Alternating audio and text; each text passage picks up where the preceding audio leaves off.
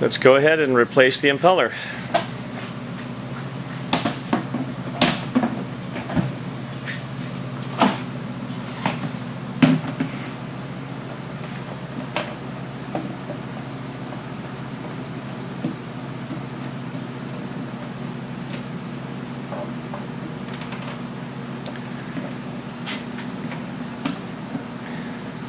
When you're replacing the impeller on the CFX, it's a good idea to lay the machine on its side. It's a lot easier to get your screws out and to not drop anything down inside the unit.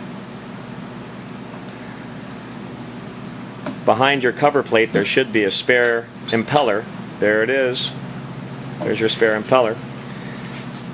And now you need to remove the plate which holds the impeller in there on the pump. There's 4 screws. Remove those 4 screws and be careful not to drop them down inside the unit. If you do drop a screw down inside the CFX, you can remove this front cover plate and then shake the machine upside down like a salt shaker, and you can get that screw out of there. But hopefully you won't drop a screw down in.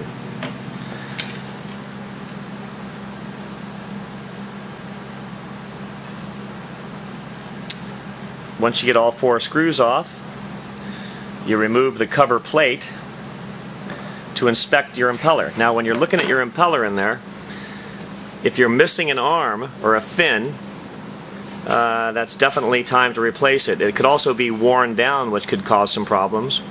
So to pull your impeller out, just take some needle nose pliers and pull gently on each fin on each side and get it out of there. And then carefully remove your gasket. Now this gasket has to be in good shape or the pump won't work. If the gasket is torn or warped, go ahead and replace the gasket. If the gasket looks like it's in good shape, you can reuse the same gasket. Now once you have your impeller out, you want to look in there and make sure that there's no clogs, nothing stuck in the lower port or in the upper port. If there's a clog in here or in here, then the pump's not going to work properly. So you want to make sure there are no clogs. And then you want to put some Vaseline inside here before you replace with your new impeller. So put a little bit of Vaseline inside the chamber, and then you replace your pump impeller. Before you put it in, put a little bit of Vaseline on that also. Now when replacing your rubber impeller, it spins in a clockwise direction, so you want to get your fins bent to spin in a clockwise direction when you're replacing that impeller.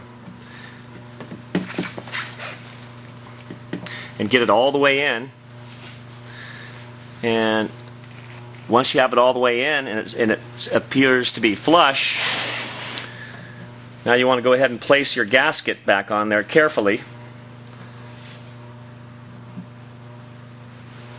When you have your gasket all lined up, then you want to carefully place the plate back on there so that your holes remain lined up.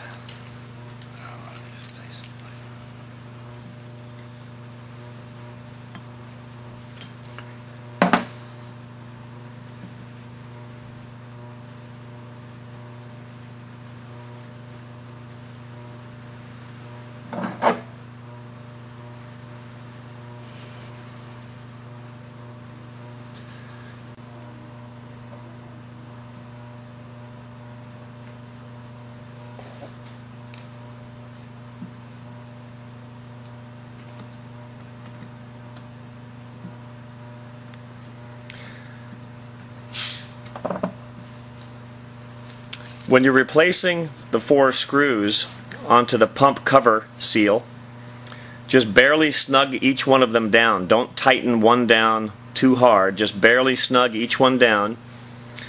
And then we're going to go around the horn and tighten them down a little bit each.